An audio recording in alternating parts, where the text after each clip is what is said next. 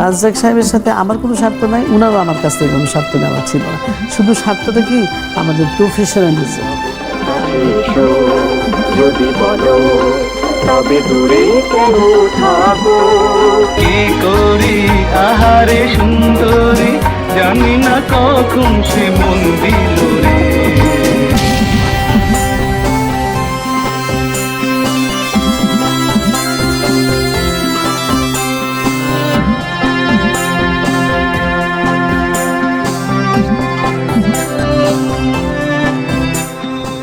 নায়ক রাজ রাজ্জাক এবং মিষ্টি মেয়ে কবরী চিরসবুজ জুটির নাম।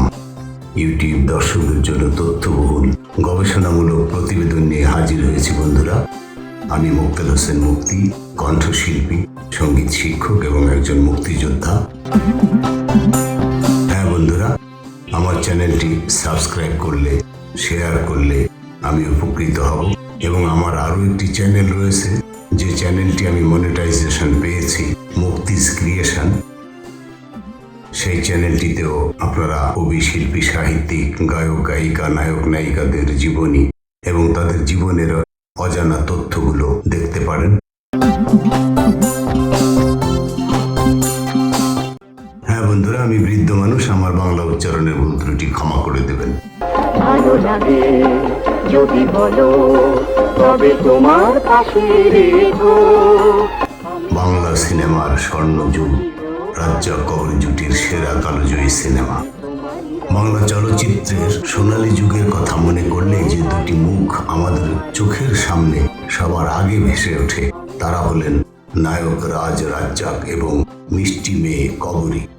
ওপার বাংলায় যখন উত্তম সুচিত্রা জুটির জয় জয়কার, ঠিক তখনই এপার বাংলায় শুরু হয়েছিল রাজ্জাক কবরী যুগের রসায়ন।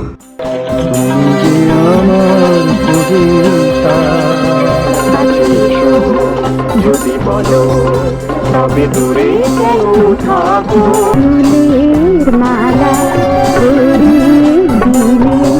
কি হতে যে কি হয়ে গেল। পর্দায় তাদের রোমান্টিক সংলাপ, চাহনি আর নিখাদ অভিনয় তৎকালীন দর্শকদের আবেগের চরম শিখরে নিয়ে গিয়েছিল। আজকের গবেষণামূলক প্রতিবেদনে তুলে ধরব এই কিংবদন্তি জুটির সেরা মাস্টারপিস সিনেমা, যা দেখার পর আপনিও ফিরে যাবেন সেই সাদা কালো যুগের জাদুকরী ভালোবাসায়। তাই স্কিপ না করে, না টেনে পুরো ভিডিওটি শেষ পর্যন্ত দেখার অনুরোধ রইল বন্ধুরা। বাজে না কেন যে মনোবাসী। রংবাজ, পরিচালক জহিরুল হক, প্রযোজক নায়ক রাজ রাজ্জাক, নিজে রাজলক্ষ্মী প্রোডাকশনস, নির্মাণের কাল 1973 সাল।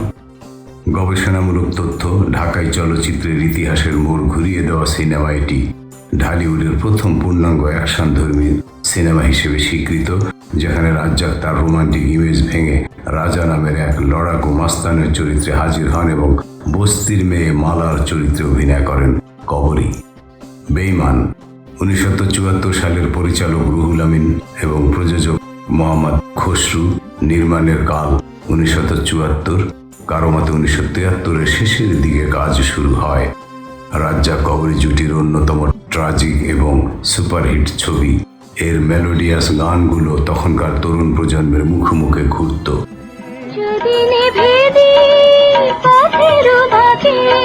আমি যে তোমার সে কি জানো না। এবং এই সিনেমাটি রাজ্জাককে একজন জাত অভিনেতা হিসেবে অনন্য উচ্চতায় নিয়ে যায়।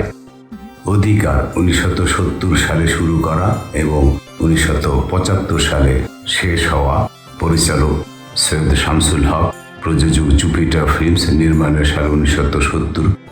বিখ্যাত সাহিত্যিক ও সব্যসাচী লেখক সৈয়দ শামসুল হকের চিত্রনাট্য ও পরিচালনায় নির্মিত এই সিনেমাটিতে রাজ্জাক কবরী জুটির অভিনয় ছিল অত্যন্ত বাস্তবসম্মত ও শৈল্পিক। মধ্যবিত্ত সমাজের অধিকার ও দ্বন্দ্বের এক নিখুঁত দলিল ছিল এই চলচ্চিত্রটি। বন্ধুরা, গবেষণায় দেখা যায় 1968 থেকে 1970-এর দশকের মাঝামাঝি সময় পর্যন্ত রাজ্জাক কবরী জুটি প্রায় 30টির মতো চলচ্চিত্রে একসঙ্গে কাজ করেছেন। তাদের সিনেমার সবচেয়ে বড় শক্তির জায়গা ছিল অনবদ্য গল্প, দুর্দান্ত মিউজিক সেন্স এবং স্ক্রিন শেয়ারিং এর সময় দুজনের মধ্যকার পারস্পরিক সমঝোতা বা কেমিস্ট্রি এবং গভীর আন্তরিকতা। বিশেষ করে জহির রায়হান, সুভাষ দত্ত এবং নারায়ণ ঘোষ মিতার মতো কালোজয়ী নির্মাতারা এই জুটির ভেতরের অভিনয় প্রতিভাকে পুরোপুরি পর্দায় ফুটিয়ে তুলতে পেরেছিলেন। আজ নায়করাজ রাজ্জাক কিংবা মিষ্টি মেয়ে কবরী কেউ আমাদের মাঝে বেঁচে নেই, কিন্তু তাদের রেখে যাওয়া এই সাদা কালো এবং রঙিন ফ্রেমগুলো আজীবন বাংলা চলচ্চিত্রের স্বর্ণালী ইতিহাস হয়ে থাকবে। নীল আকাশের নিচে আমি রাস্তা চলেছি একা। এই সিনেমার মধ্যে আপনার সবচেয়ে প্রিয় সিনেমা কোনটি? কমেন্ট বক্সে আমাদের অবশ্যই জানাবেন। ভিডিওটি ভালো লাগলে একটি লাইক দিন, বন্ধুদের সাথে শেয়ার করুন এবং এইরকম আরও গবেষণামূলক সিনেমার তথ্য পেতে আমাদের চ্যানেলটি এখনই সাবস্ক্রাইব করে বেল আইকনটি বাজিয়ে দিন। দেখা হবে পরবর্তী ভিডিওতে। ভালো থাকবেন সবাই। ধন্যবাদ। আসসালামু আলাইকুম রহমতুল্লাহি ওয়া বারাকাতুহু এবং হিন্দু ভাইদের নমস্কার। চারি পাখি তারে নিয়ে